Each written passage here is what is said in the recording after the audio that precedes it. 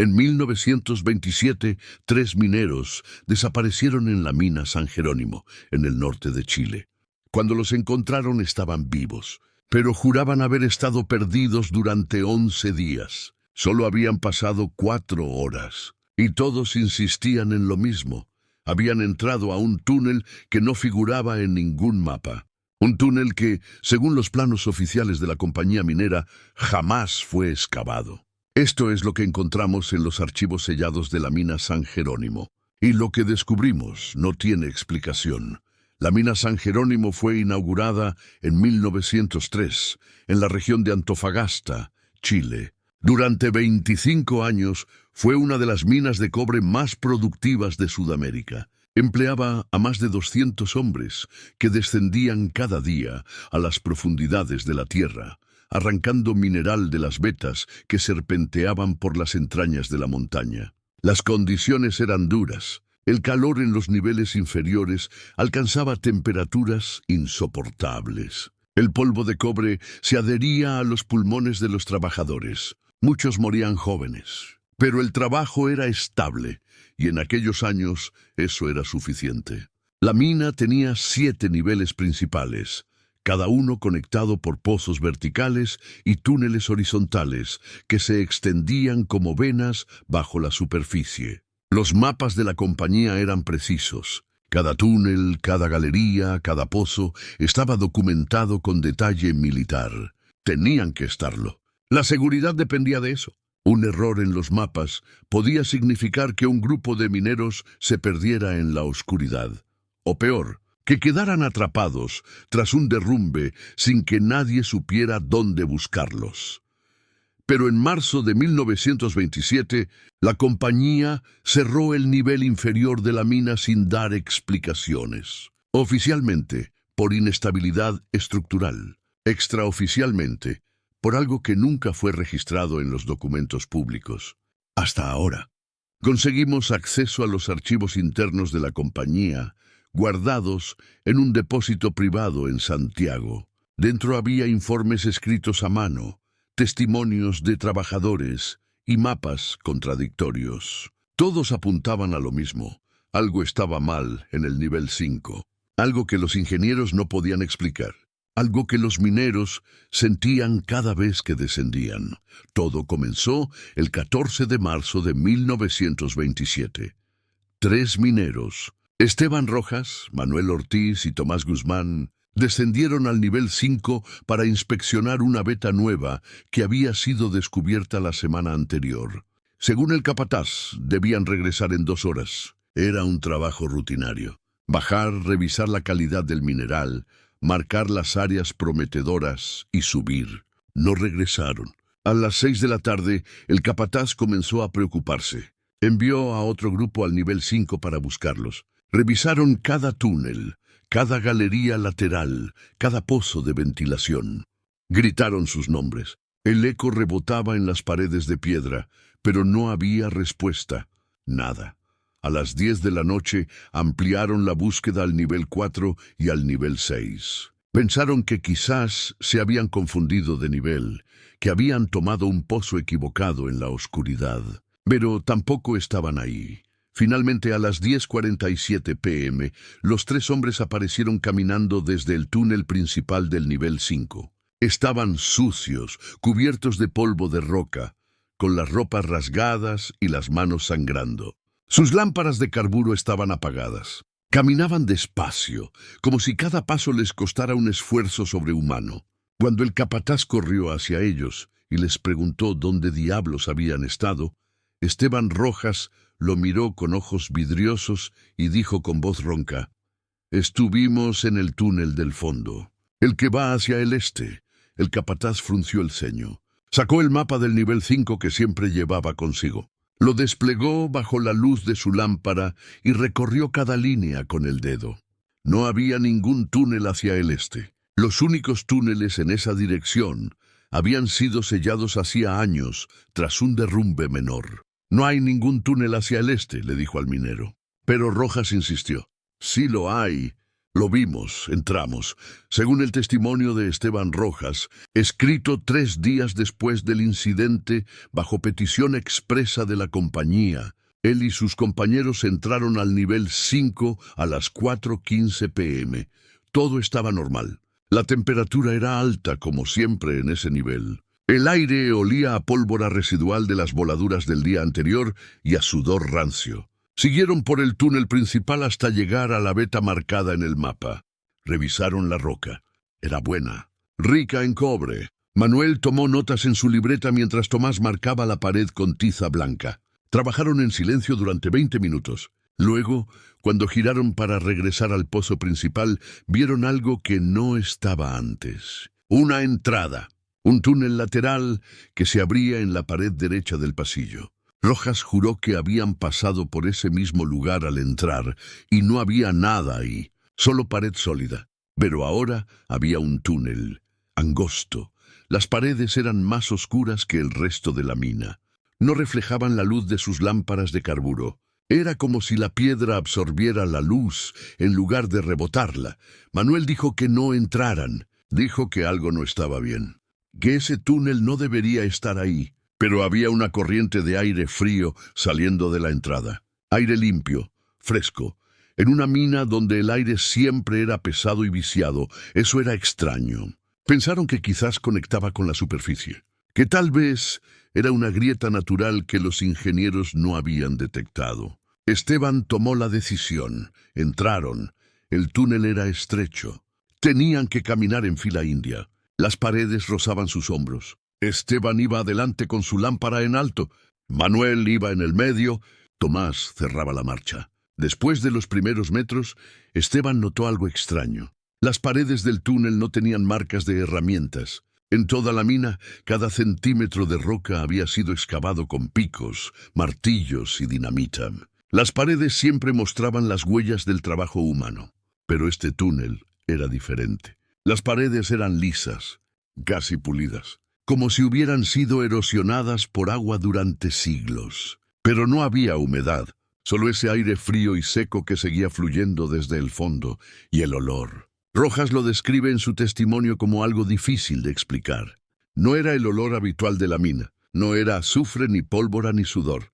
Era algo más viejo, algo que olía a metal oxidado y a ceniza fría. Como si algo hubiera ardido ahí hacía mucho tiempo y el olor se hubiera quedado impregnado en la piedra. Caminaron durante varios minutos. Esteban no estaba seguro de cuántos. El tiempo se volvía extraño en la oscuridad de las minas. Podían ser 5 minutos o 20, pero entonces notaron algo más. Sus lámparas de carburo comenzaron a oscilar. La llama temblaba, se inclinaba hacia un lado, luego hacia el otro. Pero no había viento. El aire estaba quieto. Manuel se detuvo. «Esto está mal», dijo. «Regresemos». Esteban asintió. Tenía razón. Algo no estaba bien. Se giraron para volver por donde habían venido, pero el túnel por el que habían entrado ya no estaba. Solo había pared, roca sólida, como si nunca hubiera habido una entrada. Tomás tocó la pared con las manos. Era real, fría, áspera bajo sus dedos. Golpeó con el mango de su pico. El sonido era macizo. No había hueco detrás. No había salida. Manuel gritó. Su voz rebotó en las paredes del túnel, pero el eco sonaba extraño, apagado, como si la piedra absorbiera el sonido igual que absorbía la luz. Esteban les dijo que se callaran. «Escuchen», susurró, y entonces lo oyeron. Pasos. Alguien caminaba en el túnel, detrás de ellos, hacia donde se suponía que debían ir. Pero cuando se giraron y alzaron sus lámparas, no había nadie, solo el túnel vacío extendiéndose hacia la oscuridad. Los pasos continuaron, lentos, pesados, como si alguien arrastrara algo pesado sobre la piedra. El sonido se acercaba. Corrieron hacia el fondo del túnel, hacia la oscuridad absoluta, con sus lámparas temblando en sus manos. Manuel tropezó y cayó. Esteban lo ayudó a levantarse. Siguieron corriendo, pero según Rojas, mientras corrían, algo extraño sucedía. Las paredes parecían moverse, no físicamente. No se desplazaban ni se deformaban, pero la distancia cambiaba. Era como si el túnel se extendiera mientras ellos avanzaban. Corrían y corrían, pero el fondo nunca se acercaba. Sus pulmones ardían, sus piernas temblaban, y los pasos detrás de ellos seguían ahí, constantes, incansables. Finalmente, después de lo que sintieron como una eternidad, vieron una luz al frente, una salida. Débil pero real, corrieron hacia ella con las últimas fuerzas que les quedaban. Y salieron. Salieron al nivel 5, al mismo lugar donde habían entrado, al mismo túnel principal donde habían estado revisando la veta de cobre.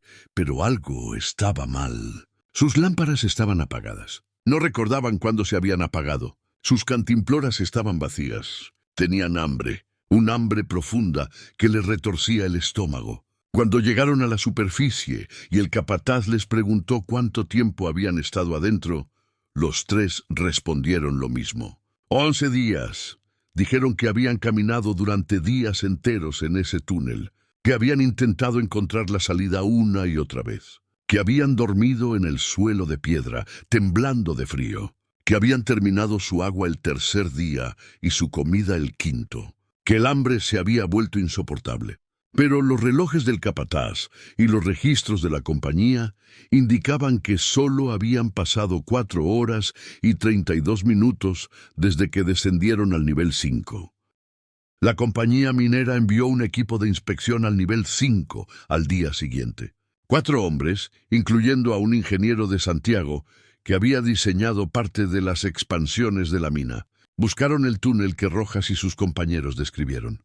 Revisaron cada pared del nivel 5, golpearon la piedra buscando huecos, usaron los mapas más detallados disponibles.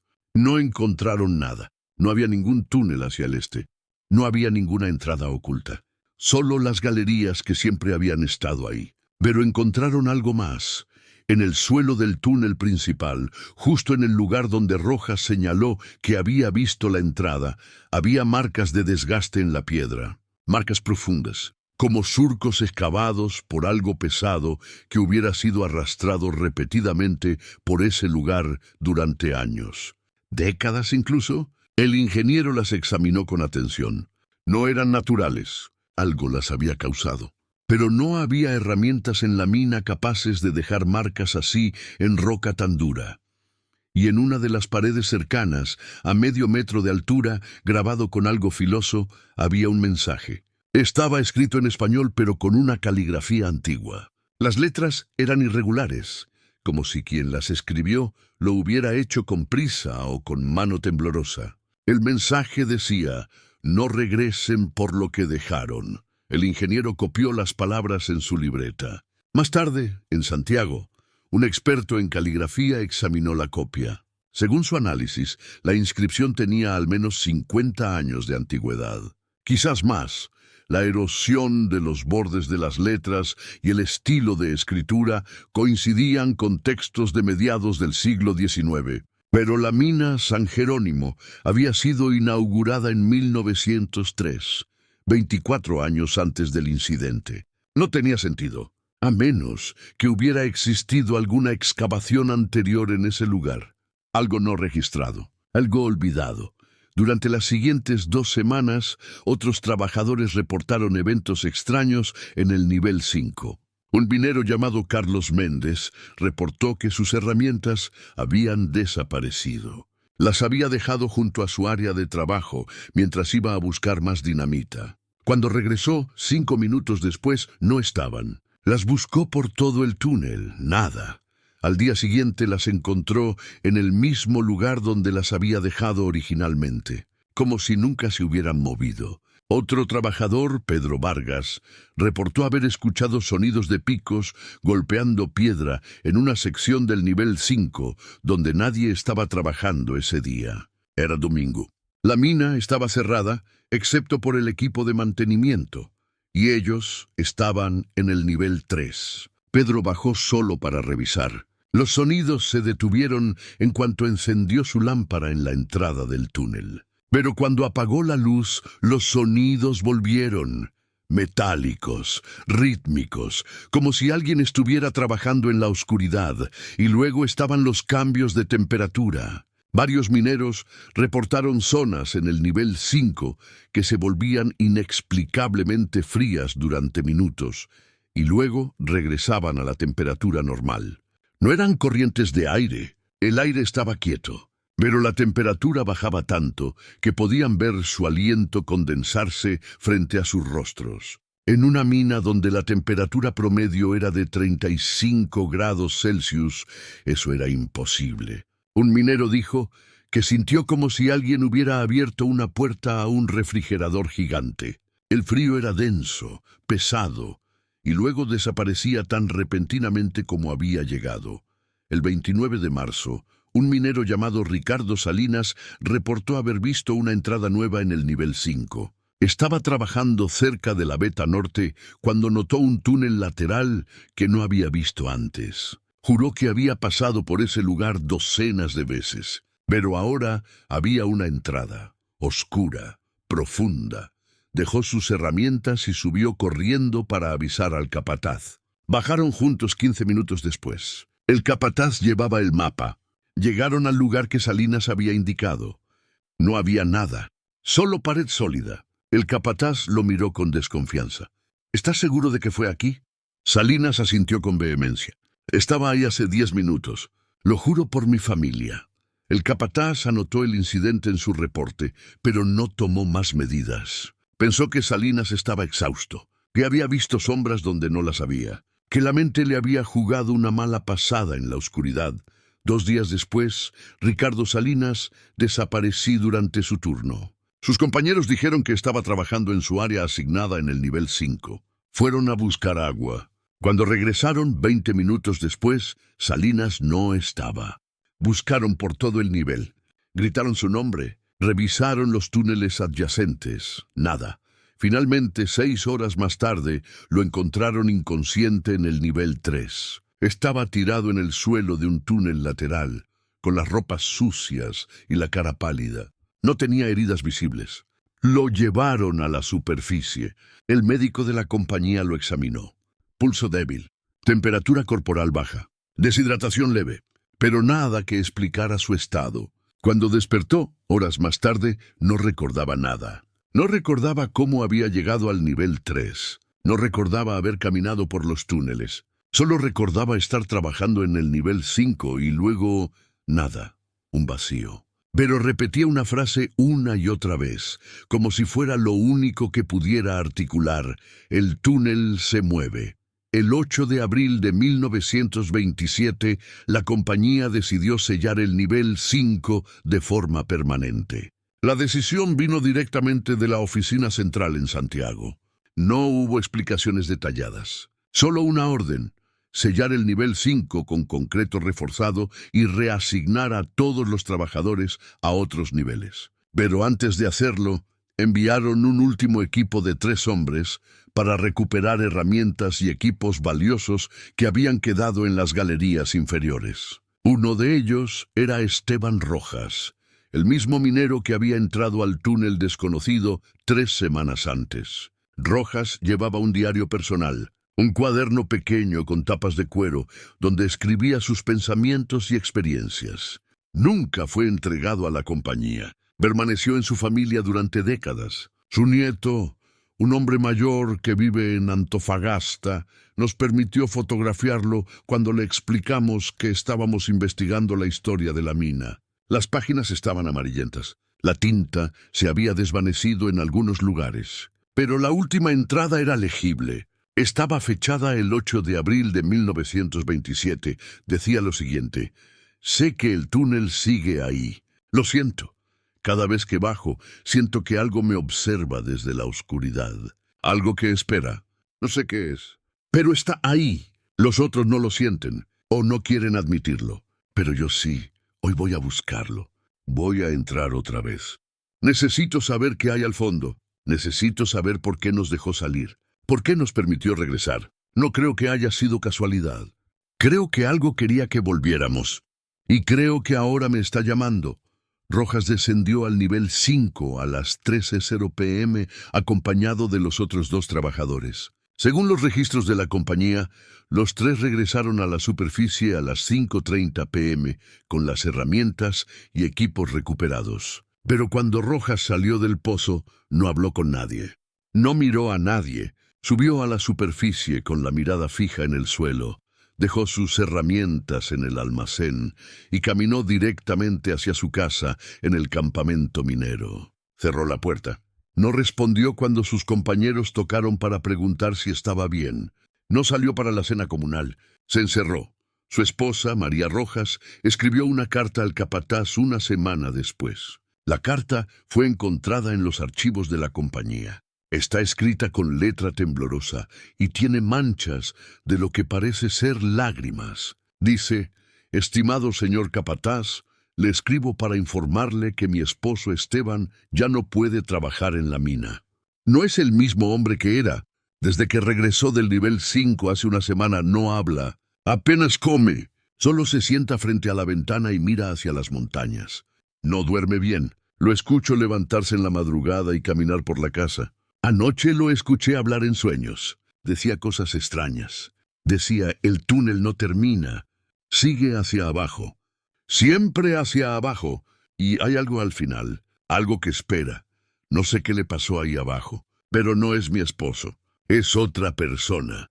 Esteban Rojas nunca volvió a trabajar en la mina. Murió en 1931, a los 34 años. La causa oficial registrada en su certificado de defunción fue neumonía. Pero en la sección de observaciones, el médico que lo atendió en sus últimos días anotó algo extraño, algo que no encajaba con el diagnóstico oficial. La nota dice: paciente presentaba desgaste físico inusual para su edad. Pulmones con daño severo similar a exposición prolongada a polvo mineral y sílice. Grado de deterioro inexplicable, dado que el paciente dejó de trabajar en minas hace 4 años. Además, presentaba cicatrices en las manos y antebrazos que no estaban presentes en su último examen médico de la compañía en 1927.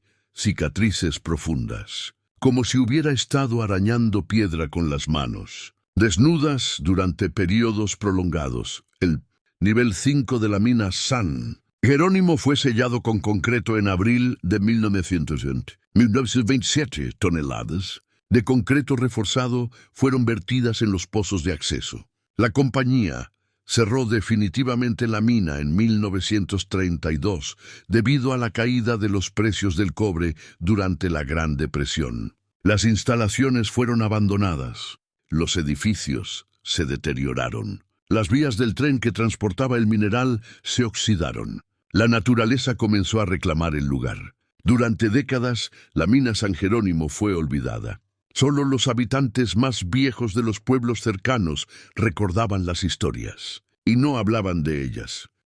Pero en 2014, un grupo de exploradores urbanos entró ilegalmente a las instalaciones abandonadas. Eran 4 jóvenes de Santiago interesados en fotografiar lugares olvidados. Publicaron un video en internet mostrando su exploración. El video tiene 43 minutos de duración. La mayor parte muestra edificios en ruinas, maquinaria oxidada y túneles superiores colapsados. Pero en el minuto 38, uno de ellos encuentra el acceso al nivel 5. Las paredes selladas con concreto tienen una grieta irregular que se extiende desde el suelo hasta medio metro de altura. Es lo suficientemente grande para que pase una persona agachada. Uno de los exploradores, un joven llamado Matías, según los créditos del video, decide entrar.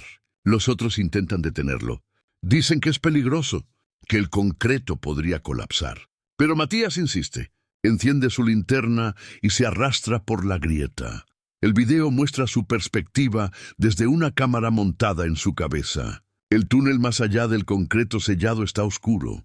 El haz de luz de su linterna rebota en paredes de piedra cubiertas de polvo. Matías avanza lentamente. Su respiración se escucha fuerte en el micrófono. Después de unos metros se detiene. «Hay algo raro aquí», dice. «El aire está frío». ¿Lo sienten? Sus compañeros, que permanecieron del otro lado de la grieta, no responden. Matías continúa avanzando.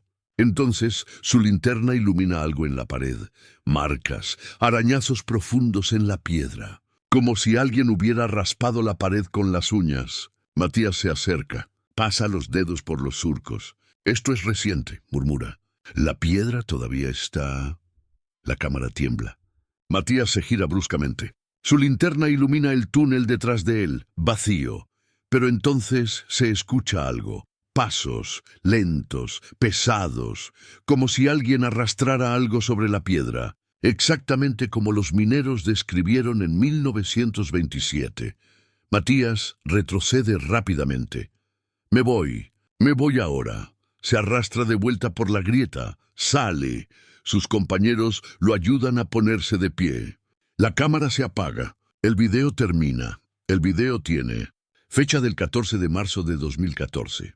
Exactamente 87 años después de la desaparición de los 3 mineros en 1927.